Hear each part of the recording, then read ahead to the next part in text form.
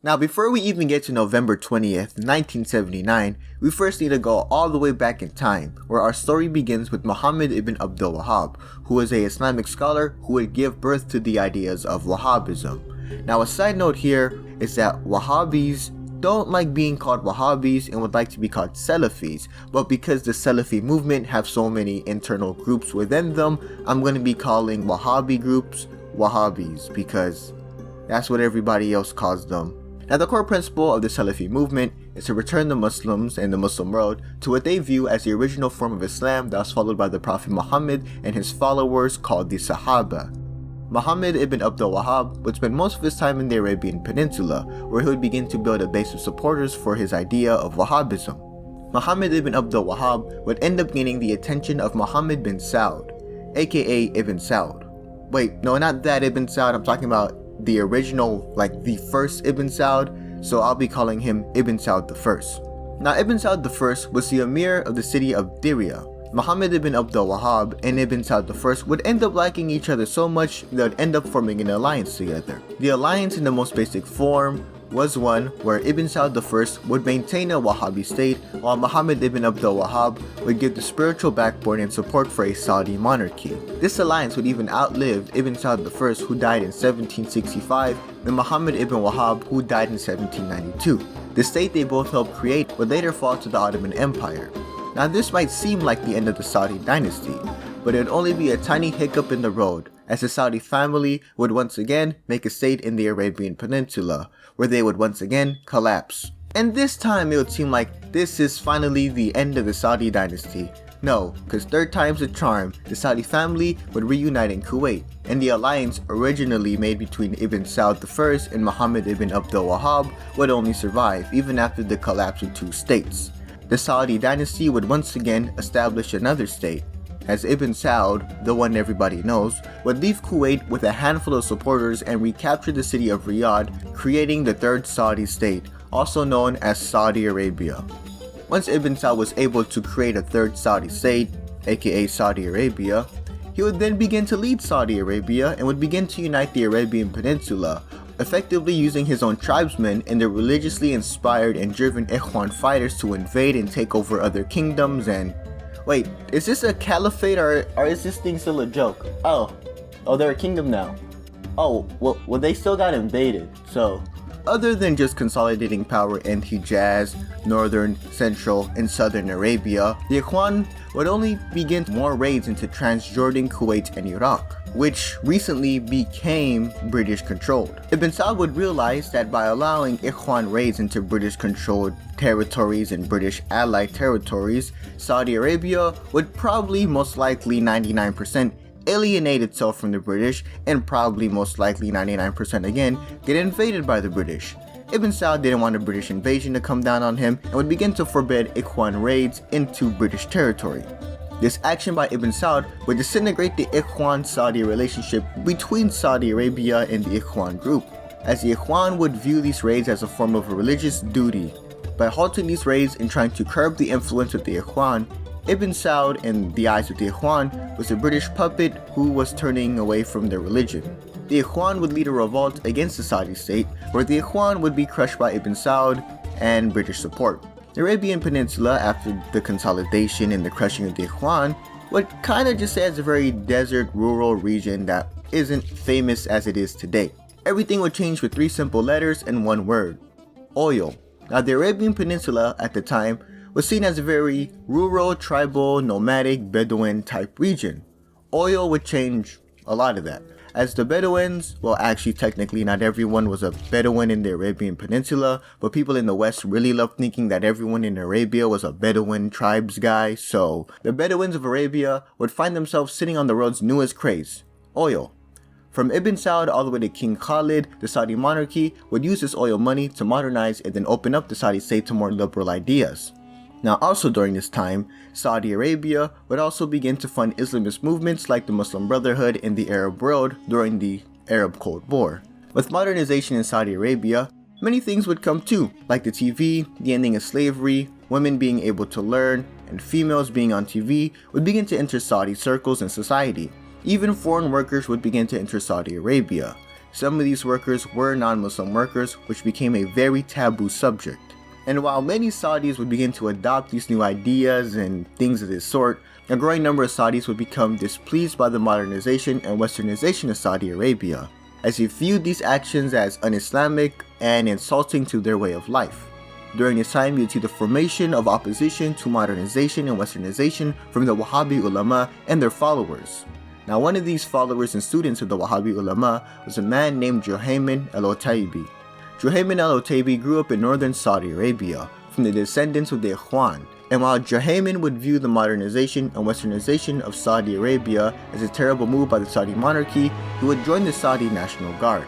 During his short time in the National Guard, he would really begin to dive into the whole anti-Saudi modernization ideas in Saudi Arabia. Juhayman al-Otaybi would later on become a student and listen to lectures by Islamic scholar Abdulaziz ibn Abdullah ibn Baz, also known as Bin Baz.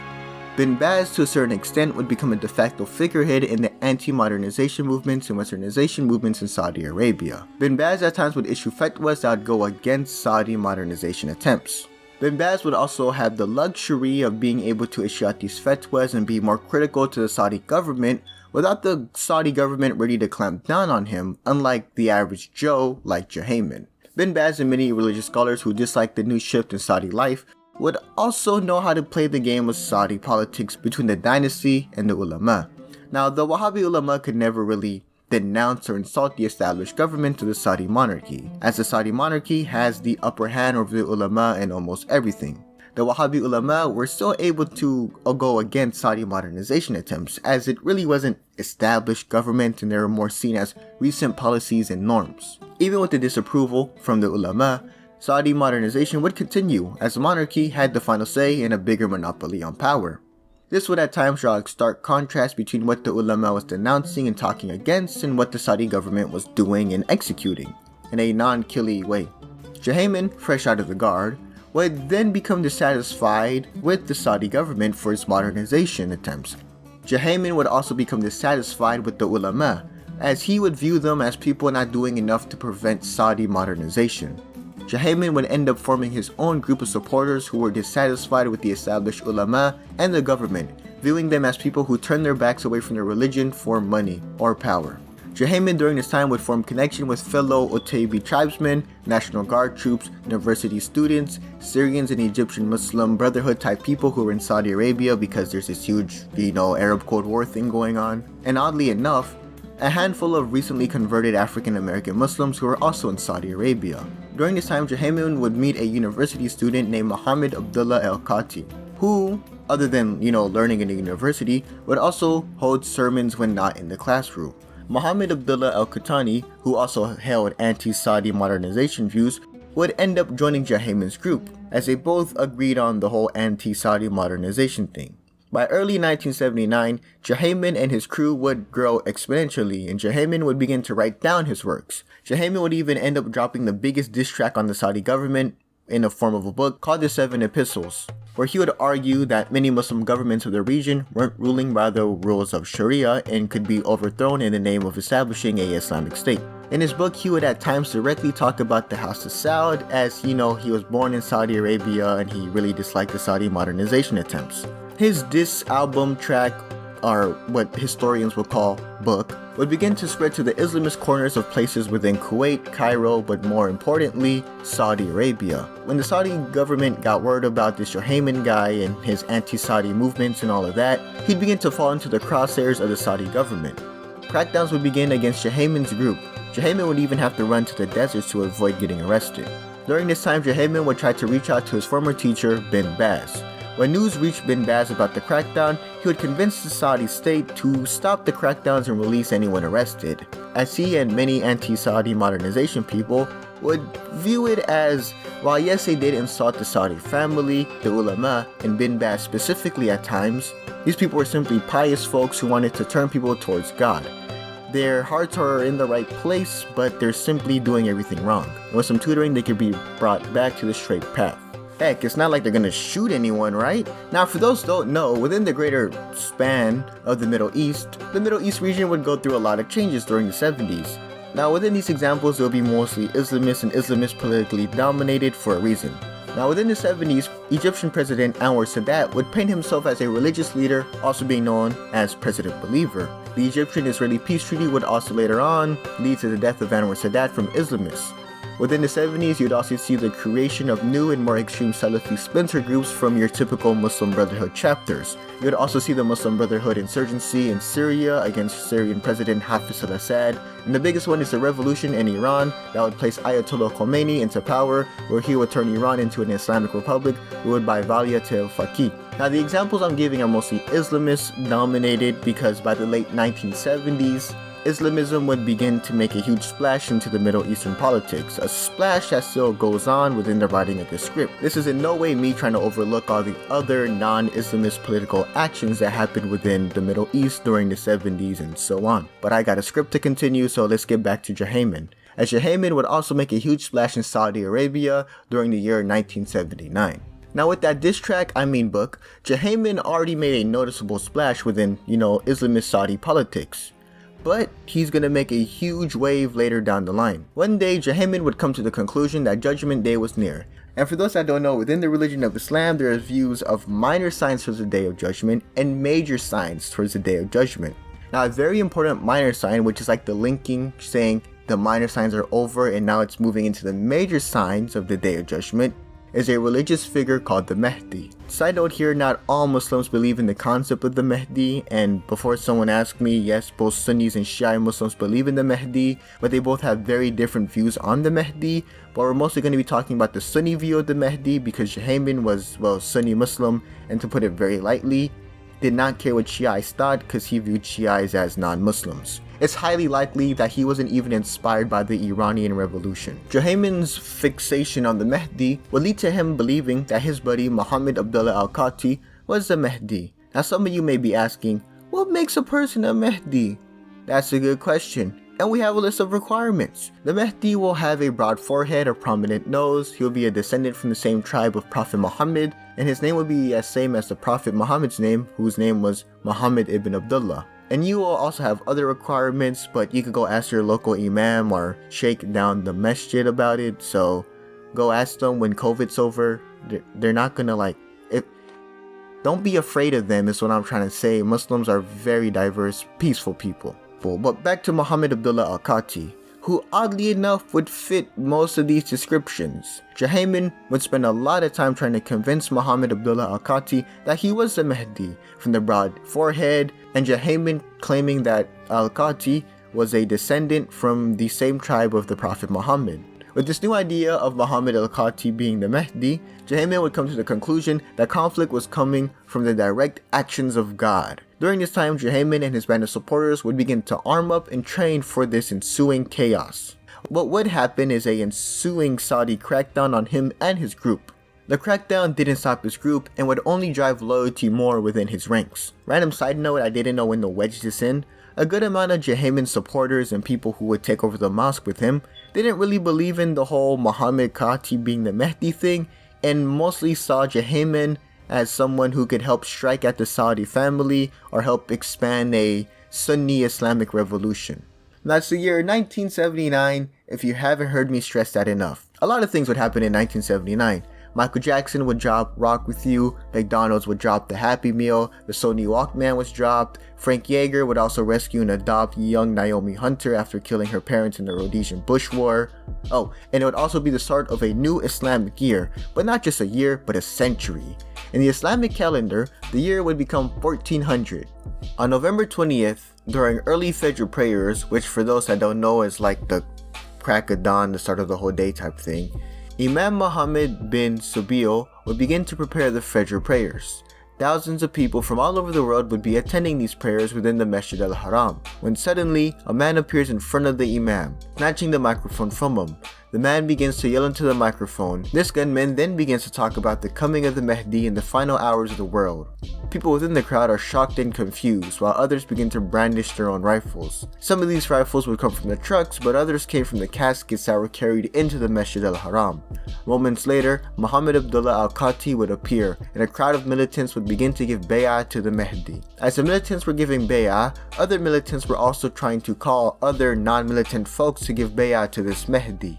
Many people within the masjid would look at the chaos in complete confusion, as a lot of them didn't speak Arabic, and I'm for sure even if they were speaking Arabic, a bunch of guys toting guns and yelling about the Mahdi in the final days probably just confused everybody. During the chaos, the mosque imam, Mohammed bin Sabil, would be able to slip away and report to Saudi authorities about the takeover of the masjid, while local police at the masjid would find themselves outnumbered and outgunned. As Saudi authorities began to gain information about a takeover at the Masjid al-Haram, the locals of Mecca would go to the Masjid al-Haram, where they'd be confused by the closing and locking down of the masjid gates as they wanted to go pray and do other spiritual things.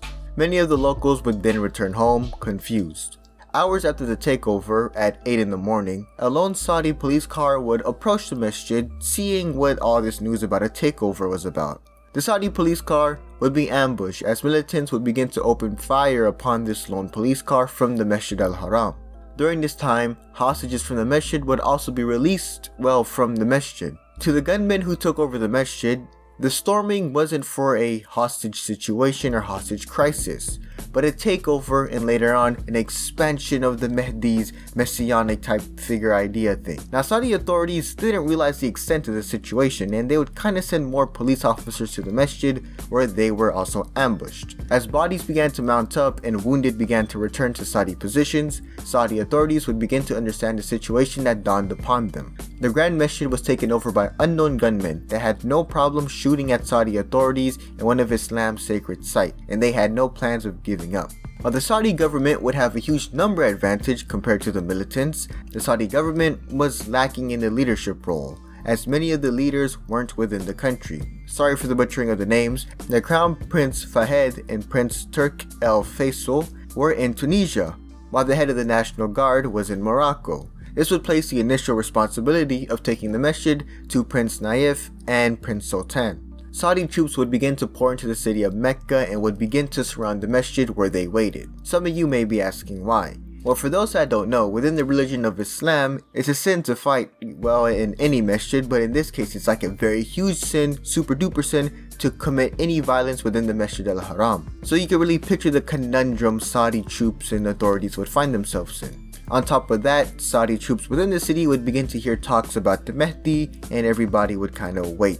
As Saudi forces waited, the Saudi ulama and government would begin to set up talks and discussions about, the Grand Mosque seizure. Right off the bat, without accepting any Saudi government requests, the ulama would have to see if this person was the Mahdi. And seeing how we're not living in any major signs within the Islamic eschatology point of view, I'm gonna go out on a limb and say he wasn't.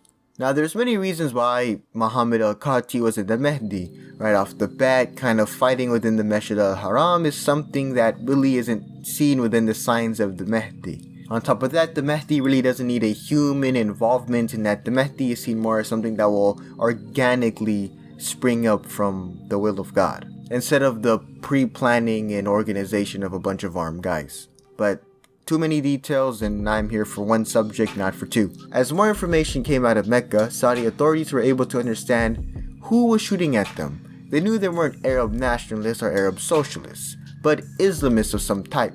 As news about a takeover of the Kaaba within Mecca began to spread, Saudi authorities would begin to deny, downplay, and ignore this takeover within the whole news PR world, as Saudi Arabia likes to really show itself as the custodians of the two holy mosques. And if they can't prevent people from taking it over, then are they really the custodians, and should they really be in charge of these two areas? But back to Mecca, where people were still being killed, as gunmen from the minarets of the masjid were shooting down on Saudi troops, and the Saudi leadership would begin to return home to retake the masjid. Now, for the sake of the video length, I'm not going to go into details about the military operations and the weaponry and all that crap. I'm going to give a very general oversimplification. So for the one dude who knows about the M11-3 or the M whatever you call it, sorry. I understand it. I used to be a whole World War II tank guy who talked about Panthers and Tigers and T-34s, but no, not today. Now, before I oversimplify this fight, let me first oversimplify who has what. Now, Juhayman's group controlled, the masjid, no surprise here, but they also controlled the minarets of the masjid that allowed them to look down upon Saudi forces who had to run across an open field. To add more layers to this, Juhayman's group would also control the underground labyrinths of the masjid called the Qaboo. The Qaboo would be the headquarters of this whole operation, where Juhayman parked his trucks, where Juhayman would keep his ammunition, where Juhayman would keep his food, and where his fighters would rest if they weren't on the first floor. Saudi forces, on the other hand, well, they had a whole country, but they also had the whole city, excluding the masjid. But the Saudi military didn't have proper planning or proper training to take the masjid in one attack, as Saudi forces didn't want to, destroy the masjid in the process of saving it.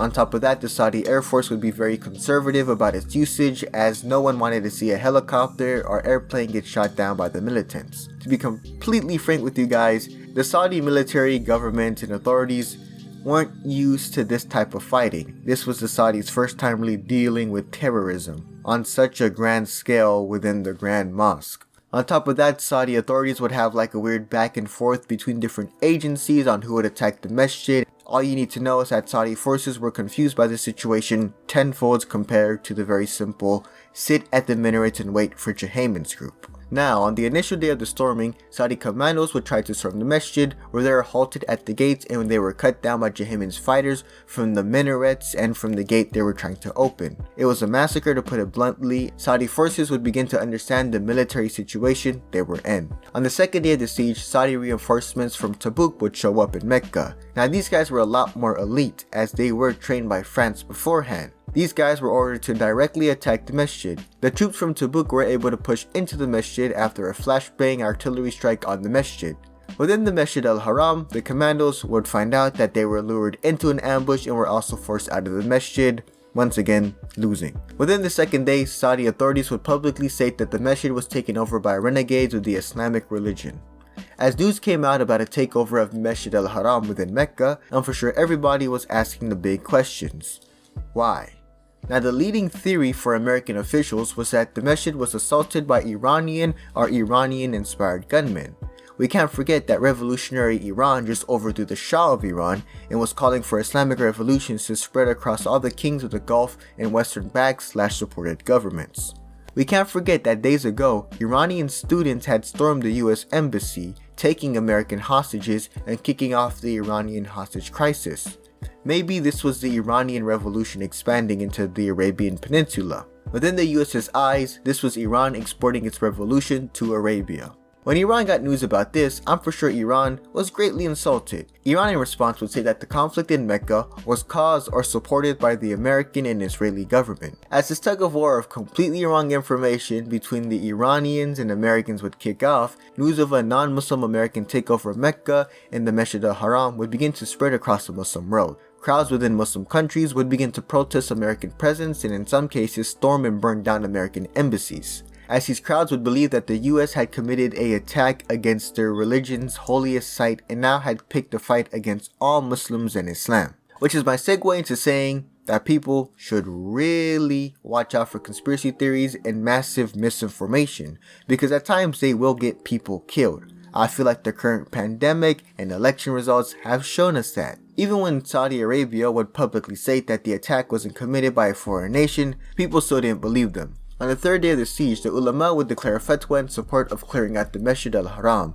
which was probably amazing for the Saudis as they needed that backing. Now, within the international scale, on the third day of the siege, you would also see more anti-American rioting and protesting in other countries. Even with the backing of the ulama in the fatwa for Saudi forces, the ulama would first state that according to the Sharia, they would first have to give these fighters one last chance of surrendering. Saudi forces would then begin to call out for these fighters to surrender. With no response or signs of surrendering, the Saudi military would begin to push into the masjid. With the backing of the ulama, Saudi forces would begin to take their gloves off. Armored personnel carriers were used to cover Saudi troops as they advanced into the masjid. Jet fighters would fly over the masjid to disorientate fighters with a huge boom. While at the same time, TOW anti-guided missiles would be fired at the minarets to kill the fighters within the minarets who had been shooting and sniping down Saudi forces. Due to the intensity of TOW anti-tank missiles, armored vehicles, huge booms from jets, and artillery, parts of the Masjid al-Haram would begin to collapse due to the intense fighting. For the third and fourth days of the siege, Saudi forces would fight into the Masjid al-Haram. Funny enough, even with Molotov cocktails being tossed around, armored vehicles being taken out, Saudi troops and militants firing at each other, shelling from artillery, tow tubes becoming a lot more lighter than they were before, and fighting at Mount Safa, The Kaaba itself, the holiest icon within Islam, wasn't harmed during the fighting. Both Saudi and Jahemian forces would view themselves as fighters for their religion, and of course didn't want to destroy one of their biggest icons for their religion, as that would be counterproductive to each other's PR, morale, and the whole 9 yards. Due to this, the battle for the Masjid al-Haram would mostly be in modernized areas of the Masjid and parts of Mount Safa. By the end of the 4th day, Saudi forces would be able to secure the top level of the Masjid. Even with the secure of the top level of the Masjid, the fighting would take its toll on the Masjid, hostages, and Saudi forces. The floor of the Masjid were covered in blood, limbs, bullet holes, track prints, bodies, and shell casings.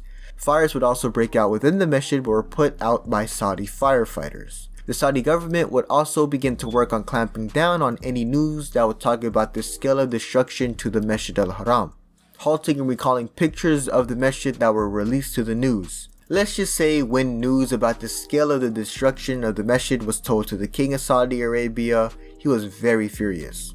With the capture of the top of the Masjid, Saudi forces were also able to capture surviving militants who didn't make it to the Qaboo. During the assault, Muhammad al-Qati, who would be seen leading fighters, proclaiming that he was the Mahdi and that it wasn't in God's plan for him to die, would die.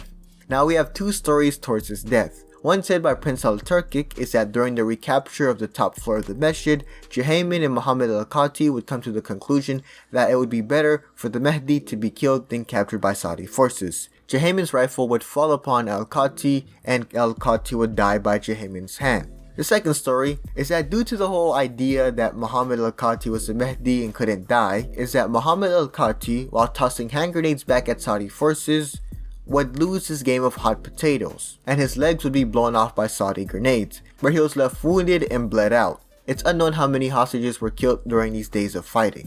Following the clearance of the top of the Masjid, Saudi intelligence Prince Turkic, and Saudi Foreign Minister Saud al-Faisal, General Tahiri, and Salim bin Laden would enter the Masjid, where they viewed the damage to the Masjid al-Haram and the troop strength of Saudi forces. And this would seem like a mission accomplished moment. The fighters were repelled and the Masjid was taken back. But this is the part where the boss's second health would kinda show up and you gotta do the whole fight again, but the boss is like 10 times stronger.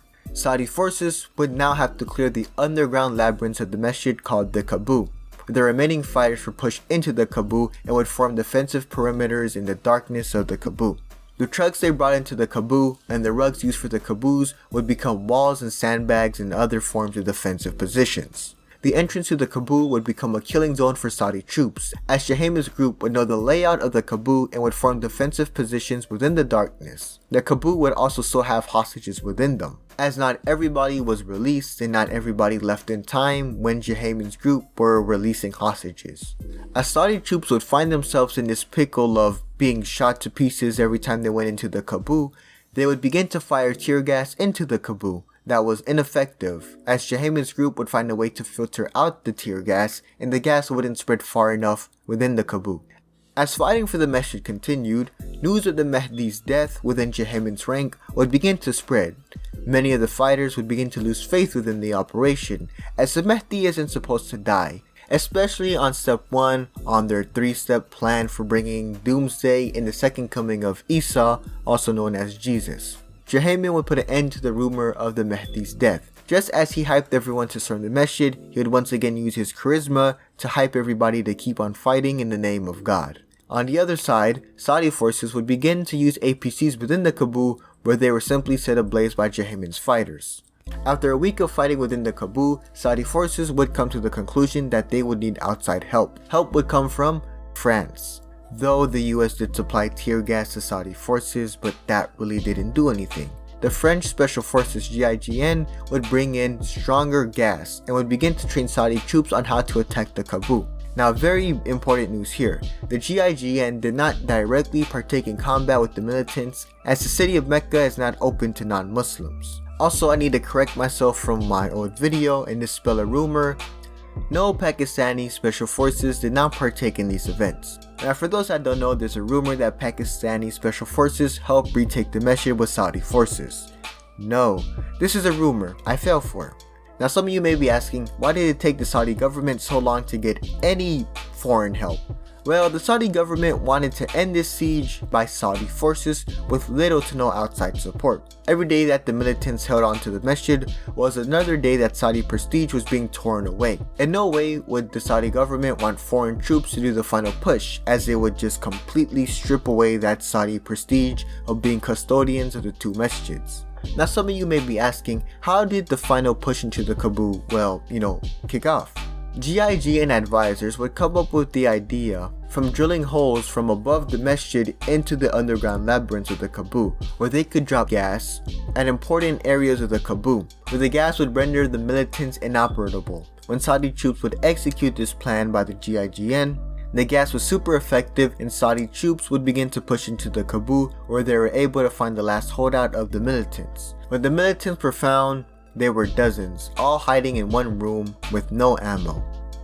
Some wounded, but all covered in gunpowder, explosive residue, blood, dirt, and the will to surrender. Juhayman's group would give up after fighting Saudi forces for 2 weeks non-stop within the Masjid al-Haram. As the men surrendered and walked out the room one by one, this was the first time Saudi authorities, and later on the public, could see the faces of the takeover. Juhayman and many of his fighters would be placed in front of Saudi cameras, where pictures of the leader Juhayman and a picture of the supposed Mahdi's body was shown to the public. The picture of the dead Mahdi was an ultimate prize for the Saudis, as all rumors of the Mahdi or a Mahdi escape could be dispelled by one simple picture. Even with the capture of the Masjid al-Haram, Saudi Arabia still wasn't out of this tunnel. The masjid was left in a terrible state. Parts of the masjid had collapsed or had been burnt out due to heavy fighting. The gates of the masjid were destroyed, and don't even get me started on the blood and bullet holes all around the place. The death toll was also very high. As we only have conflicting numbers of the dead, one thing that is for sure is that over 100 people would be killed. Saudi troops, militants, but also hostages that were within the masjid would die due to the fighting that lasted 2 weeks. Even with the capture of Juhayman, the killing of the Mahdi, and the recapturing of the Masjid al-Haram, Saudi Arabia would begin to downplay and kind of cover up this revolt. In January 1980, about a month and a half since the taking over and the reclaiming of the Masjid al-Haram, 63 prisoners would be publicly beheaded in 8 different Saudi cities. Saudis, Egyptians, Yemenis, Kuwaitis, 1 Sudanese, and 1 Iraqi would become a foot shorter. And no, a dragon didn't land. As the executions took place in Mecca, Riyadh, Medina, Dammam, Berda, Abnan, Hel, and Tabuk, the women and children of this group would be given lighter sentences, as many of the fighters would bring their families with them into the storming or help convince very young people.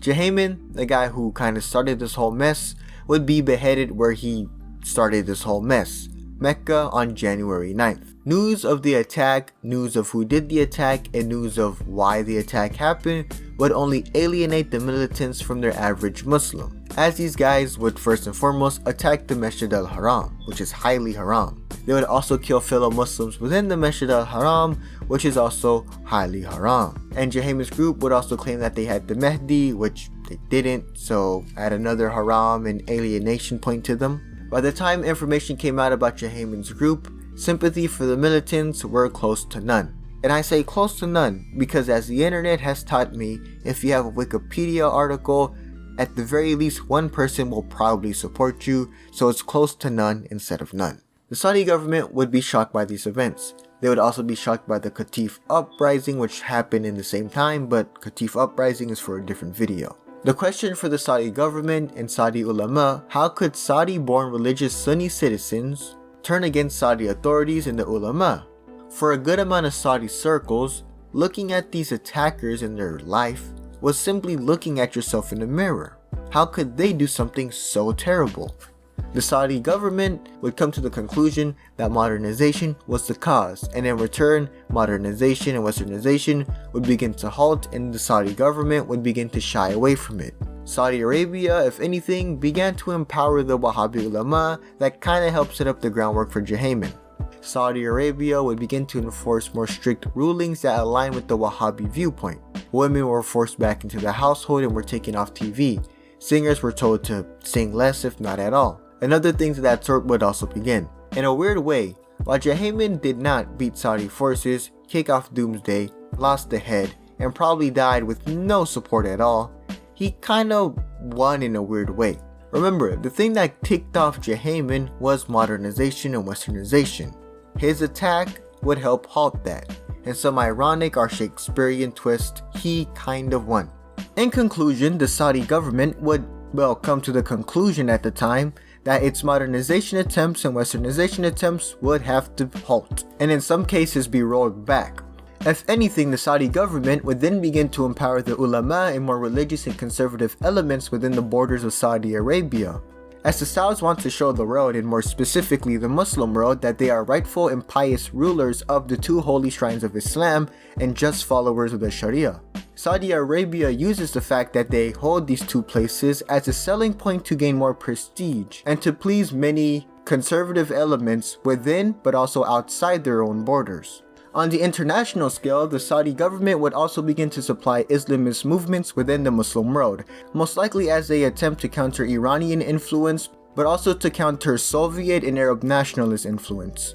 But recently, Saudi Arabia has begun to see more modernizing, from allowing women to drive to having WWE competitions, and recently opening the first movie theater after they got closed due to the whole 1979 thing. We've all heard of Mohammed bin Salman, who as of the writing of the script is known for pushing a lot of these type of things. Even with the modernization that Saudi Arabia sees today, Mohammed bin Salman is still in the hot seat, as Mohammed bin Salman is known for crushing opposition against him and is most likely behind the killings of Jamal Khashoggi. But I'm gonna stop myself because this is way too modern and I feel like I already caused a flame war with the last 3 paragraphs I wrote down.